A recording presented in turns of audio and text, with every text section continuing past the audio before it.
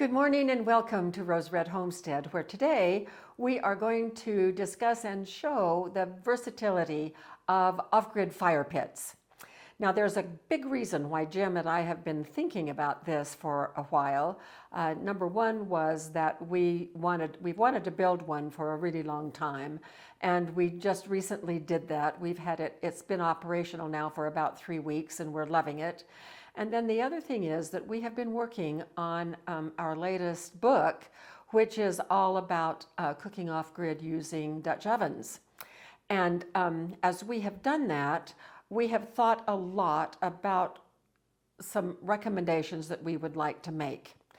First of all, as we were thinking about our fire pit to kind of lead up to these recommendations, I was curious about why people put fire pits in their yards in the first place, or have them built when they're building a home, whatever.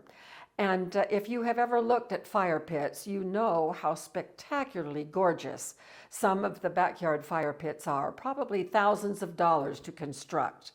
And the price point on that end is countered by the price point on the other end, which is that you can get some of the portable, ready to take home in the trunk of your car type of fire pits for under $100 or $200. So there's a huge range of sizes, of styles, and of prices of fire pits. So why do people want fire pits in their backyard? Well, I did some research. I read several articles about that exact question. What are the advantages of having a fire pit in your backyard?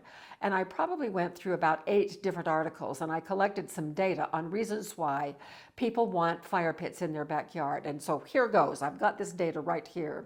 In first place was because it extends outdoor living to year-round. I think that's a great reason. And then there were 2 that tied for second place. The first one is it offers a gathering place for friends and family. And the other one is it provides heat and light. So also very excellent reasons for wanting a fire pit in your yard. In third place, and this one was, while it did not appear in every one of the lists that I read, where it did appear, there was far more length and space devoted to this one, which was it boosts your property value. So that also is a really good reason for putting one in. Then tied for last place are 3 points. The first is that it becomes a focal point for your yard. And the second one was so that you can make s'mores. I'm sorry, but I had to laugh at that one. So put in a fire pit so you can make s'mores. And then the third one was that you can make dinner on it. Well, so Jim and I have adjusted our thinking a little bit based on our recent experience in terms of what we recommend if you don't have any kind of a way to cook off grid, what we now recommend that is in sort of our top place. Long time ago, when people first started eating, picking berries and just eating things raw, they transferred from that to when fire was discovered and used as a way to heat food and preserve food. That became a very basic way of cooking and preparing food. And it has persevered through the eons of time as the most basic way and a very effective way of cooking food. Now, in our years of being on YouTube with our channel, we have advised many, many times that as we prepare, and you all know that we focus on 3 things: emergency preparedness, self-reliance, and food security. And so those 3 tenets, in terms of emergency preparedness, we have really focused on redundancy systems to be a little bit more broadly prepared and not just put all of your eggs in one basket for instance, being able to cook outdoors off-grid if the grid goes down for a really long time. So the 3 basic ways that you can do that according to fuel sources are solar, propane, and fire. And we have those redundancy systems in place. If we were to order those according to the importance that we now feel, we would put fire first because it is so basic. Propane-powered appliances and stoves depend on propane for fuel, obviously. But what if those supplies diminish into where we can't get propane anymore? What about solar? Solar depends on the sun. If for some reason we have 3 months of cloudy weather, we're up a creek without a paddle with that. But fire, we can prepare for and have it as long as we are prepared for every single time we need it. And the two sources of fuel for fire would be, for cooking food, would be charcoal or wood. So if you have a big backyard and can have a place to stack wood, there you go. Or if not, then the other thing that you can do is have stored eggs of charcoal to have in abundance so that you have plenty of fuel to cook your food. Fire pits offer a whole range of ways in order to cook food, but let's talk for just a second about, first of all, what a fire pit is. Basically, you can build a fire on flat ground, so long as you don't catch anything else around it on fire, and that's it. That's the most basic. But people learned pretty early on to stack some rocks around the fire to make sort of a pit to protect the base of the fire, which is where ignition takes place, from the wind. And a fire pit emulates that by making a deep recessed spot that is protected by some sort of material that protects it from weather and wind. And that makes it more efficient. It also makes it more efficacious, so it is available to us more often, even in spite of weather. So there are lots of things that you can do to just a basic campfire even. You can buy a tripod, like think rebar in it or similar, in a triangle over a fire with a chain, and then at the end of that chain you can suspend a Dutch oven that has the wire or the bale handle on it, and you put that over the fire and you can have stew or you can have beans or whatever. So that's one way. Another way that you can convert just a regular fire pit is by placing a grill grid over it. And if you get yourself a good quality steel grill grid, you can support it on rocks on either side of a fire, or you can even buy, I just saw one the other day that offers sides that have slots in at different heights, so you can slide the grill grid in over the fire at different heights, depending on what you are cooking. Or you can just throw things right in the fire that are wrapped in foil or whatever. So there's lots and lots of ways to cook. So we're going to show you some. We're going to go out to our fire pit, and after I've been thinking about this, I've realized that we have a couple of other things that we have used in past years that we could also use as a fire pit, and that you might use too if you have something similar as a place where you could cook. So we're going to show you those three things. Now, I have also a little 1-minute clip where we just went to our local, right here, a little country hardware store, and out the front of their front door they have a line of fire pits, and these are just very economical, nice fire pits that are all under $200. And I'm doing a voiceover as I walk along and show you those, and I'm going to talk a little bit about how you might be able to convert those to be able to be able to use it as an outdoor fire pit for cooking your food. So we're going to see that clip, and at the other end we'll be out at our own fire pit and show you some more things. This one is small, very easy to turn into something you could cook on. Here's another one. This one I really like. It has these round shelves that you can rotate over on top of the fire to do cooking, so that's a great one. This next one has a spark deterrent, which also is a very good thing to have. And then this is the last one. It's inside a little structure, which also makes it easy to adjust to cook on. And last of all, this is our fire pit. So here we are right out here in our backyard at our relatively new fire pit. But I have right here two other ones that I want to show you first. First of all, this is simply a tabletop Weber grill. And so let's take a look at the inside so you can see what we could do with this. So this is the grill grid, and here's a grid right here on which the fuel goes so that it has air in order for combustion to occur. And you could very easily put charcoal down here or even coals from a fire down there. And over here you can put, this is a sturdy enough grill grid that you can put a Dutch oven there without legs or one with legs if you can fit it so that it goes through there. Or because we have that problem with our grill grid right here, Jim made me these three little coasters, geometric shapes out of a scrap of steel for the three legs of a Dutch oven that you could easily do Dutch oven cooking right here. So this is a good thing. Or you could use a skillet for frying. So this would be very versatile. And because we are now recommending that if you haven't started with getting equipment or situated so that you can cook off grid, we feel that our number one recommendation is now some kind of a fire pit with cast iron cookware.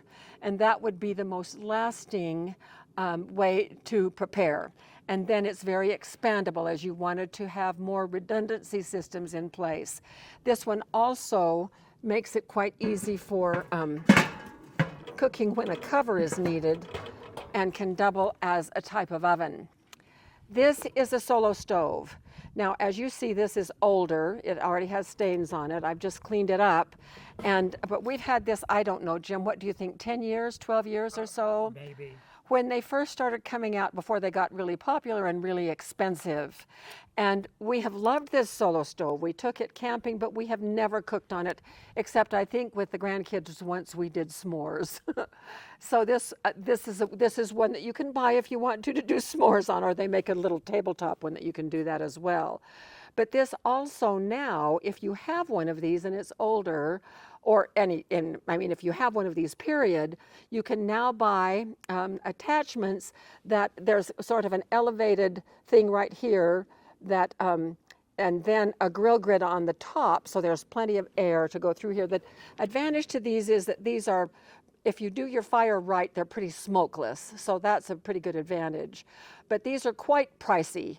And so there are other ways to go if you don't want to go to the expense of building on what you already have. I think that attachment that goes on the top is well over $200, and that doesn't even count the solo stove itself.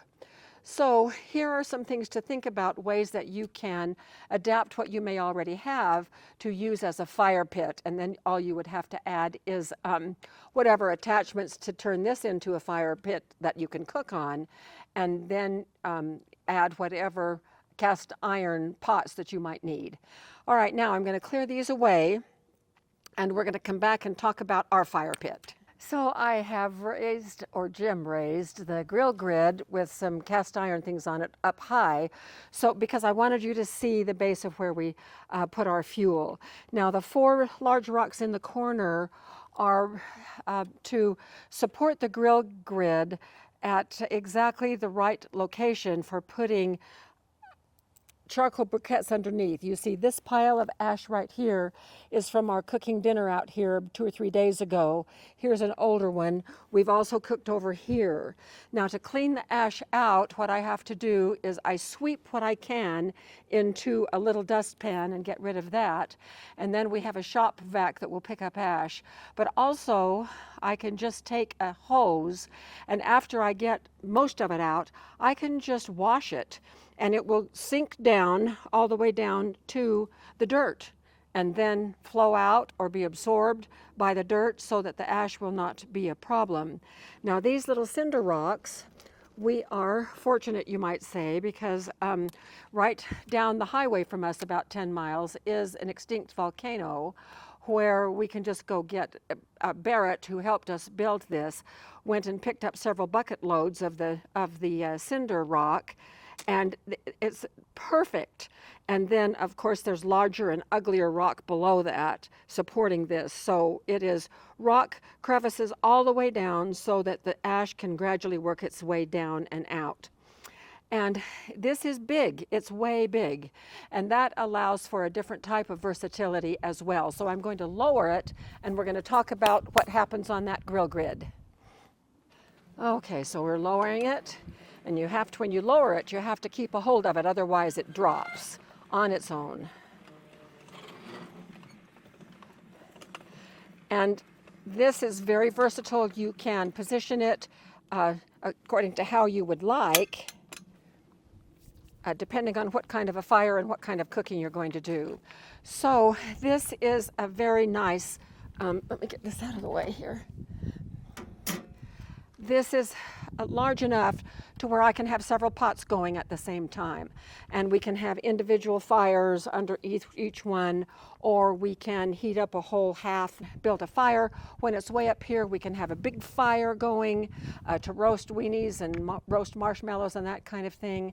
We're going to actually be doing that in a few days. We're going to do a video of that so you can see it in action there. But what I really like is the versatility of cooking spots where we can have different types of fires according to what we want. Now, when we have our family gathering in just a few days, I'm going to be cooking beans on one half, and then the other half of the grill is going to be set up for cook your own meat. And we'll have a selection of meats where people can come and just put it right on the grill, and so we'll have to have it closer to the charcoal that we put down here. So Jim brought this out to show that we always practice safety by lifting these lids with the kind of a lifter that you can clamp down on and hold it steady, instead of just a little hook like this, which if it's loaded not in an unbalanced way, you could spill over onto your feet. So we like this lid lifter. This one is a three-legged cast iron. The legs on cast iron drop through these holes. And so once again, here are the coasters that Jim cut for me using a, what in the heck was it called, Jim? I don't remember. Some kind of a cutter. And he cut these out in just odd shapes, and I just love these. They're a treasure. And so we just put those down to support the legs. These things are all legless. Okay, when we first built this and knew we would have this, it gave us an opportunity to decide whether or not we wanted to buy a whole new set of cast iron legless, so that we wouldn't have to worry about the legs. And we decided absolutely not. We are going to make do with what we have. So we are not going to purchase great big pots that have no legs on them in case I need to do a great big batch of beans. This is a 10-inch. I will either do it in my 12-inch or in my 16-inch. So I have several sizes that we can use. So this makes for a very versatile option for being able to cook day after day, meal after meal, if necessary. And so we're thrilled with it, but you can also turn many, many different styles of fire pits into a variety of ways that you can cook that we've already talked about. So I hope that this has given you some ideas, and we do now recommend that you add to your redundancies, or if you haven't even started, to start with some kind of a fire pit and some cast iron cookware, so that you will be set for any eventuality of being able to cook your own food. We have lived for a long time, and we've been married for 28 years. 28? Going on 28. Going on 28 years.